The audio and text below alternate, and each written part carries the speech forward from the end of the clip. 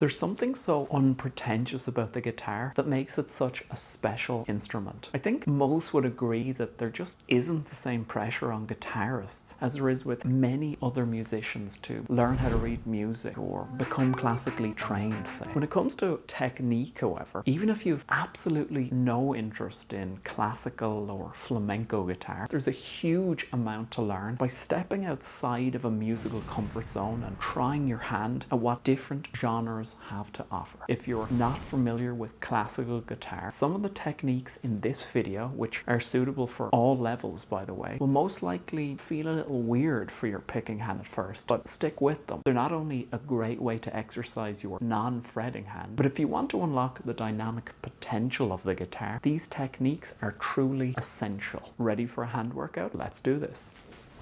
Oh,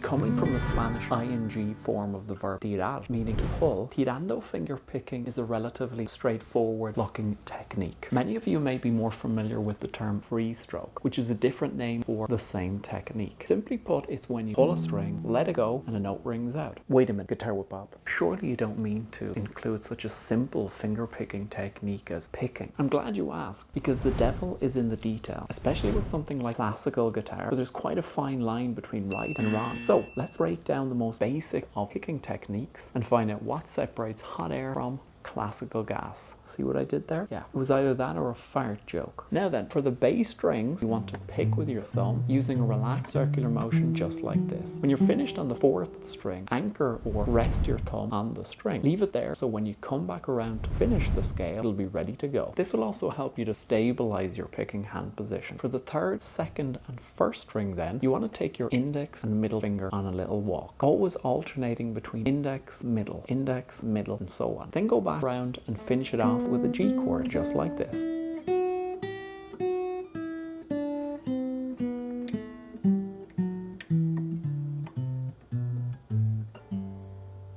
Mastering even the most basic technique takes time, patience, and perseverance. You might find yourself getting frustrated or wanting to play the exercise as fast as possible and just to move on, but slow down. Remind yourself to take a deep breath.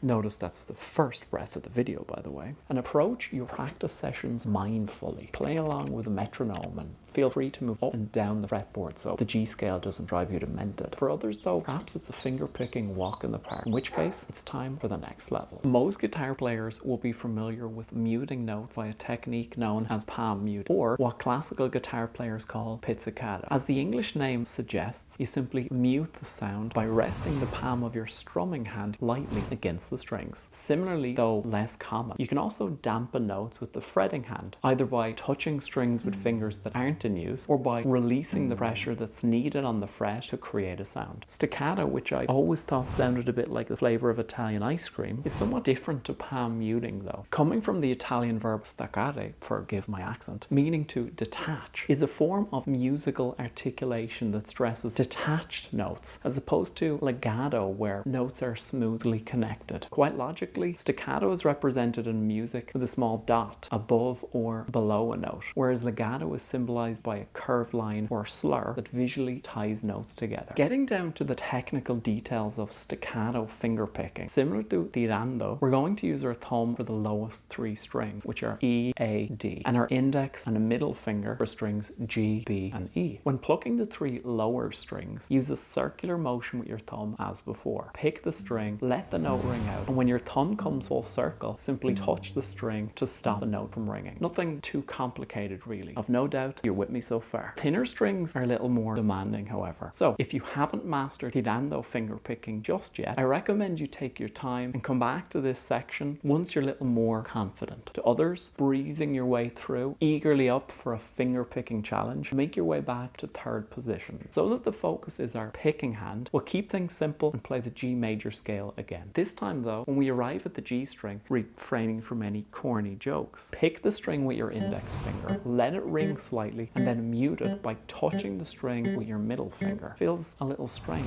right? Practice the technique slowly and gradually build up speed when you feel more comfortable. Naturally, you can alternate by picking the note with your middle finger and muting with the index. But personally, I've always found it smoother to always pick with the index finger and mute with the middle. So I suppose you could say I've given the middle finger to the middle finger.